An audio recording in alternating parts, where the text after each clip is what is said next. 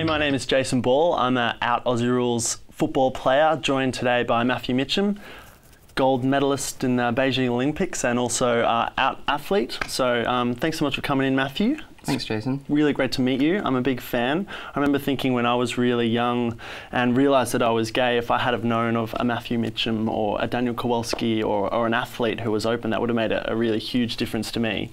I was wondering what the coming out or sort of realising that you were gay experience was like when you were really young, and sort of did you have any role models?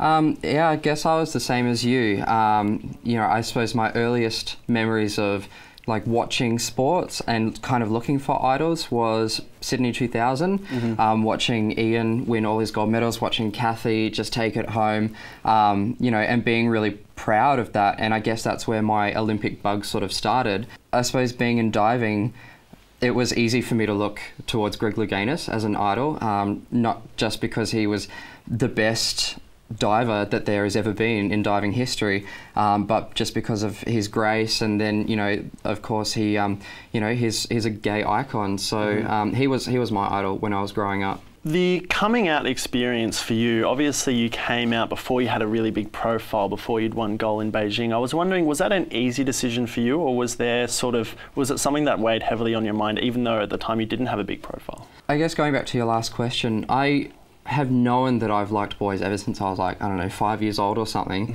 I came out to my mum when I was 14 as bisexual, you know, like it was kind of a gateway thing for me. And that was actually a really funny story. I was like, oh, well, she actually caught some sort of salacious material on my computer, and I had to go, oh, you know, I think I'm bi. And she was like, well, duh. Story. Yeah, exactly. So I was really quite comfortable with all my friends and most of my family by the time I was 18. So in the lead up to Beijing in 2008, I was 20, and a journalist asked me this really innocent question, who do you live with? And I'd already decided by that stage that I was going to be absolutely upfront and honest with everybody about every aspect of myself, including my sexuality, and to really honour that for my own sort of self-esteem. And so I answered that question really honestly, and I said, oh, I live with my partner, and you should have seen her eyes light up. You know, she was like, this is journalistic gold, you know. But she was really respectful because she knew about the odd stigma that the gays don't get the endorsement deals. And so she asked me if I wanted that to go to print. And so I really had to think about it for a day or two. And I decided that I did want to follow up with this honouring myself, my sexuality, being completely honest with the country, because I wanted Australia to know exactly who they were supporting if they chose to support me at the Olympics. And besides that, you know, it would have saved a really awkward coming out experience afterwards, you know. Yeah. You think maybe that did make it easy for you, that you'd sort of already done it, you'd already come out, and so I think, you know, what might be hard for a lot of people who are currently playing in that sort of pro level of sport in any field is that they have to actually come out, they have to actually say it when they've already got a profile. It's going to be a big deal, but you sort of got it out of the way early in a sense. Exactly, yeah. It was much easier for me to have done it the way I did it. And I feel really sorry for the people who are already in the public spotlight, who, you know, the media just continually, you know, makes allegations about their sexuality and all this sort of stuff in every field, I suppose, whether it's wishful thinking or whatever, I don't know. But yeah, because the reason I didn't come out to people in my life earlier than when I was 20 was because I felt like I'd been effectively lying to them by not being completely open and honest with them.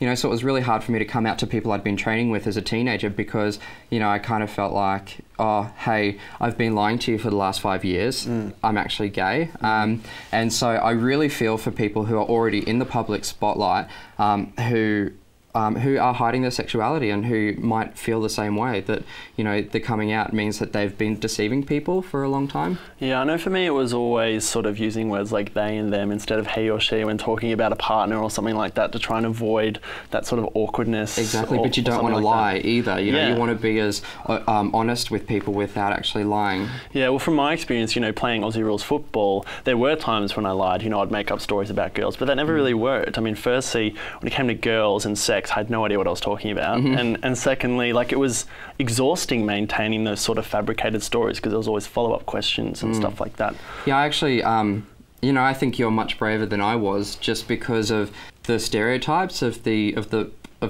sports that we both participate in. I mean, diving is stereotyped to be a gay sport, which actually, unfortunately, it's not true. Otherwise, I'd have many more friends in the sport.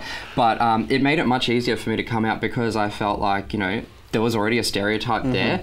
Whereas with Aussie Rules football, and while I know that the code is doing a lot to stamp out homophobia, which is absolutely amazing, I know that it's still so rare, and that you would probably feel like the only gay in the village by coming out in a sport where it's particularly rare. Yeah, absolutely. I think, the AFL has done some really great stuff. This year on Idaho International Day Against Homophobia, we had a whole lot of AFL players through the Players Association take a pledge never to use homophobic language, which I think was really powerful. And I think straight allies are a really, really important part of this process. And you might be familiar with Athlete Ally, which is part in the US where they're sort of getting straight athletes to speak openly about, their support for their GLBTI friends and family, and so what do you think when it comes to straight allies, and how have the athletes, your colleagues and stuff like that, sort of reacted to you?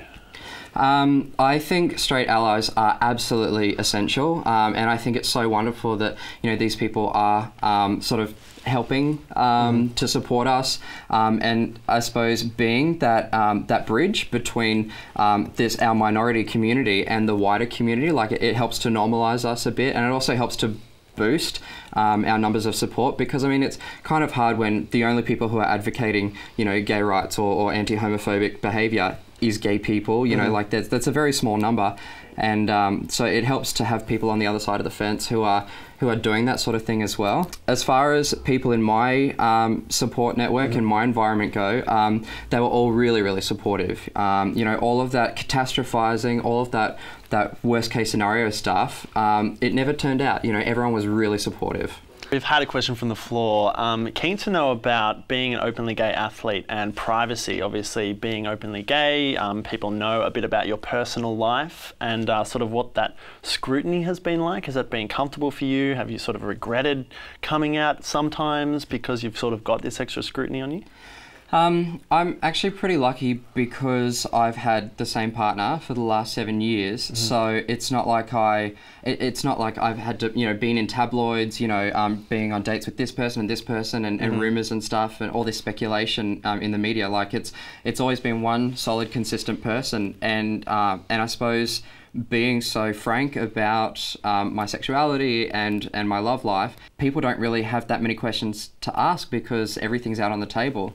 The thing that I suppose I found most surprising was when I came out, the amount of support. Like I've not had a single shred of negative feedback from the public, from the media, from the sports federations, nothing. Like it's all been 100% overwhelming support, and I'm so grateful for that. Yeah, well, that's really good. I think that's a story that needs to get out there, because especially a lot of other athletes who might be in the closet or something like that would have these sort of fears. And to say that those fears are unfounded, that, you're not going to be, scrutinised to that nth degree, or you're not going to get homophobic people giving you a hard time, is a really important message as well. And, I also really agree with that statement that, putting it all out there, there's no room for rumour and innuendo and stuff like that. This is who I am, this is who I'm with.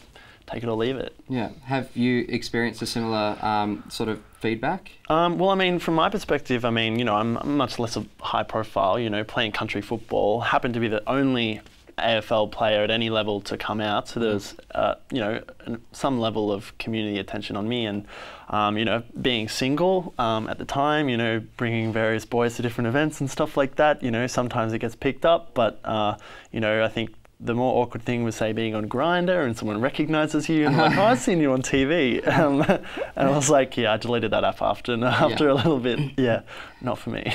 I obviously have had some funny experiences like that too. I think there are about four or five people who are using my picture at the London Olympic Games, not people within the village, but people outside the village. Right. So, like I thought it was you or something like that. I wasn't using it, but I had a lot, like my boyfriend was saying, a lot of my friends were saying that you were on Grindr, and it ended up being that there were like 4 of me on Grindr, but none of them were me. So. Well, that's all we have time for. I'm Jason Ball, and we've been joined by Matthew Mitcham. Matthew, thanks for coming in. Thank you.